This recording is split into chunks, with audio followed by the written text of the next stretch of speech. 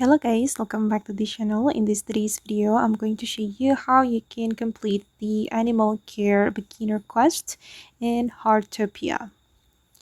Okay, let's get started guys. As you can see, I need to complete the animal care beginner.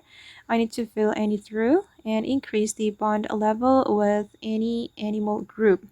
And you can go to the forest to fill any through. You can follow the guidance. Okay, and finally I've found the through, and then we can click on this icon to fill the through, and I'm going to select this raspberry.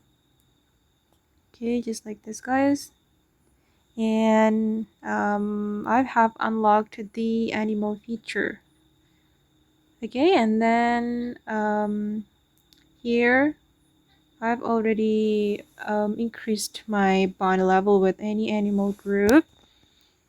And yeah, to invite the animal, you can fill the through with any food that you have, and then it will increase the animal bond level.